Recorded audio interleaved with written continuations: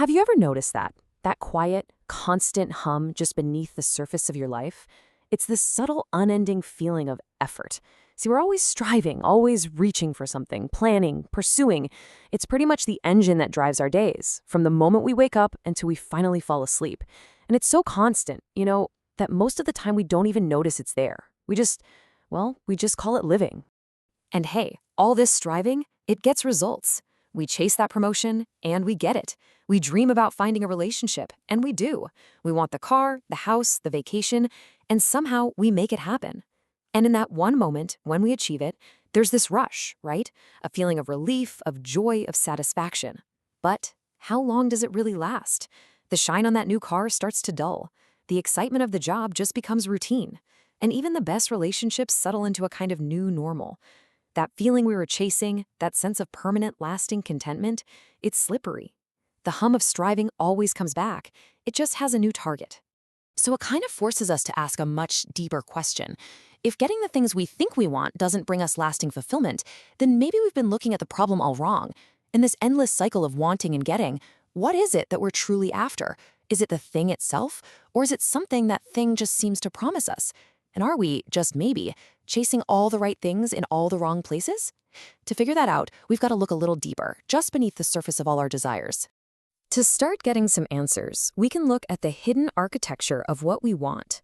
According to the ancient wisdom of the Vedas, even though our specific goals feel endless, they all really fall into just 3 fundamental categories. And these aren't just some abstract ideas. These are the great pursuits that quietly shape almost every single choice we make. Understanding them is really the first step to understanding ourselves. Okay, so the first pursuit is called Artha, and it basically means security. This is the most fundamental drive, right? The foundation for everything else in our lives. It's the need for a roof over our head, food on the table. But it's so much more than just physical survival. Artha is that feeling of having solid ground underneath your feet. It's the quiet relief of a stable paycheck, the confidence you get from having valuable skills, and that sense of safety that a good reputation can bring. When we don't have Artha, there's this constant low-grade anxiety. And when we have it, we can finally take a deep breath and relax. It's our deep human need for a little stability in a world that is always, always changing. So once we feel reasonably secure, our attention naturally shifts over to the second pursuit, kama, or pleasure. And this isn't just about simple desire. It's about everything that adds color and texture and richness to life. Kama is the warmth you feel connecting with friends and family.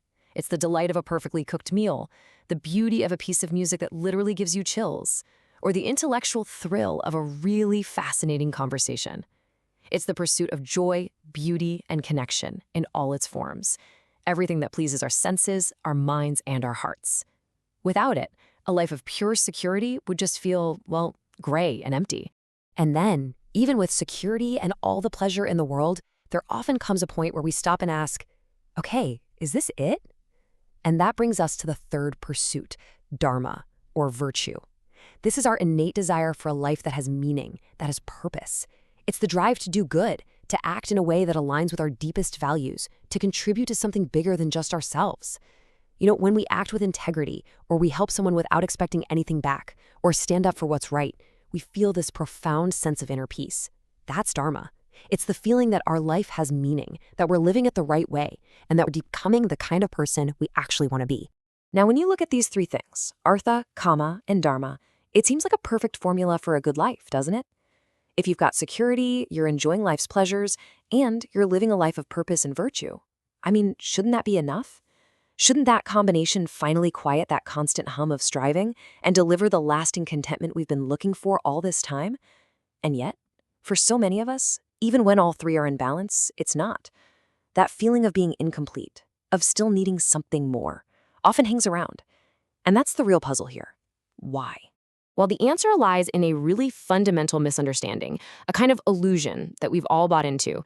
We believe that happiness is a quality that exists inside the things we're chasing. We think the job, the money, the relationship, or the experience is the actual source of our joy. But this is where we need to look a little closer at what we're actually doing and what's really happening in those moments when we feel that rush of satisfaction. To do that, first we've got to expand our idea of the word object. In the framework of Vedanta, an object isn't just a physical thing you can hold in your hand. An object is, well, it's anything you can perceive or think about or experience. I am the subject, the one who is aware. Everything else, a car, a house, a promotion, an emotion like joy or sadness, a thought, a memory, even time and space, is an object of my awareness.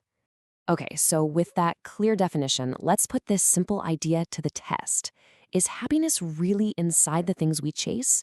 I mean, think about it logically. If joy were a built-in quality of an object, like sweetness is to sugar, then two things would have to be true. First, a single object, say a beautiful piece of music, should make everyone happy. But we know that's not true. Tastes are wildly different. One person's masterpiece is another person's noise. And second, an object that makes you happy, like your favorite food, should make you happy all the time. But if you've just eaten a huge meal, even your favorite dish won't bring you any pleasure.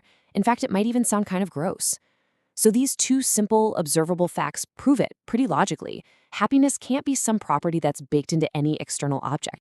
So, if the happiness isn't in the object, where on earth does that amazing feeling come from when we finally get what we want? This metaphor explains it perfectly.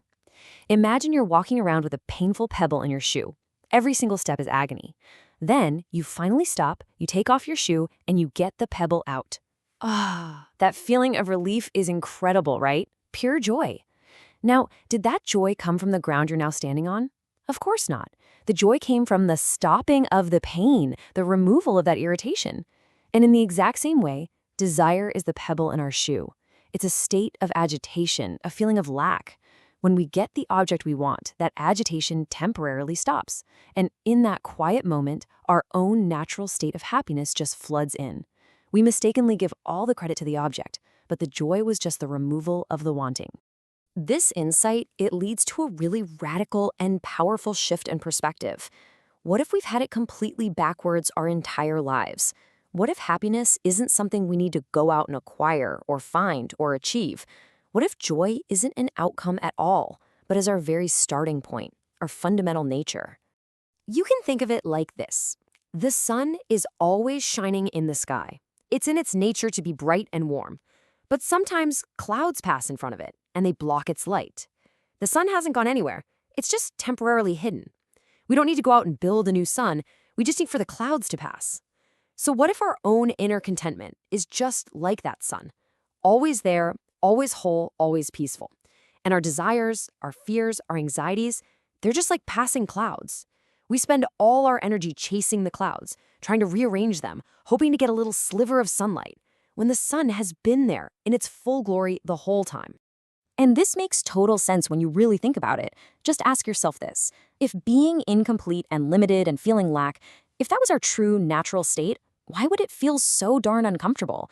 Why would we spend every waking moment of our lives trying to escape it? You know, a fish doesn't fight against the water. It's its nature to be wet. We fight against limitation because deep down, we have this sense that it's foreign to who we really are. A relentless, lifelong search for fullness is the single greatest clue that fullness is, in fact, our home. So how can we be sure about something's true nature? There are two really simple criteria. First, its nature has to be inherent. It requires no effort. A fire doesn't have to try to be hot, it just is. Second, you can't remove its nature without destroying the thing itself. If you take the heat away from fire, it's not fire anymore. So apply this to yourself. In those moments of deep peace, or in dreamless sleep, or when a desire is finally fulfilled for a second, what's there? An effortless state of contentment. It takes zero work. And that core awareness, that sense of I am, can that be removed? No. Without it, you cease to be.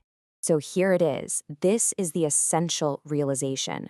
We've been operating like prospectors, frantically digging around in the outside world for these tiny little flecks of gold. But the entire gold mine has always been within us. The joy we experience isn't in the object. It was never there to begin with. The joy is you.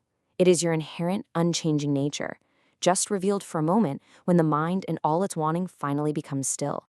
This realization that what we're looking for is what we already are, it fundamentally changes the entire game.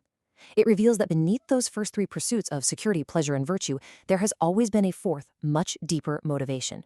This is the ultimate goal, the one we were pursuing all along without even knowing what it was called. This fourth pursuit is called Moksha, which translates to freedom. And listen, Moksha is not one more object to add to your to-do list. It's not a bigger prize at the end of the game. It is freedom from the game itself. It's freedom from being psychologically dependent on Artha, Kama, and Dharma. It is developing the inner strength and maturity to be fundamentally okay, to be content and whole, whether a desired thing is in your life or it's not. It's freedom from needing things to be a certain way for you to finally be at peace. This longing for moksha, it's not some intellectual idea. It's an innate human urge. This feeling is like a bird that was born in a cage. It has never known the open sky. It has absolutely no memory of flight. And yet, something deep inside of it instinctively knows it was meant to soar. It feels that deep, unexplainable pull towards a freedom it has never consciously known. That's our pull towards moksha. It's the soul remembering its own limitless nature. Now, it's really important to get this. This doesn't mean you have to give up your goals or your relationships or enjoying your life. This is not a call to reject the world. Instead, it's about a profound shift in your inner stance. You stop engaging with the world from a place of, I need this to be whole, and you start engaging from a foundation of, I am already whole, and from this place of fullness, I choose to create, to connect, and to experience. The desperate, anxious striving gets replaced by joyful, creative play. Ultimately, this entire spiritual search just boils down to this one beautiful and simple metaphor. Imagine you've lost a precious necklace. You search for it frantically, you're turning the house upside down, your anxiety just growing and growing with every second, you're asking everyone for help, you're retracing all your steps, you're exhausted and you're desperate. And then, in a quiet moment, you just happen to glance in a mirror, and you see it. It's been around your neck the whole time. Your search was never about finding something new, it was about recognizing what was already there. Self-inquiry, that's the mirror. And so, what starts as this restless search for something out there, for security, for pleasure, for purpose, can finally come to rest. The path doesn't lead to some new and distant destination that you have to struggle to get to. It leads instead to a simple, quiet, and profound recognition of home. A recognition that the peace, the freedom, and the fullness you have been looking for in a million different places has been and always will be the very essence of who you are.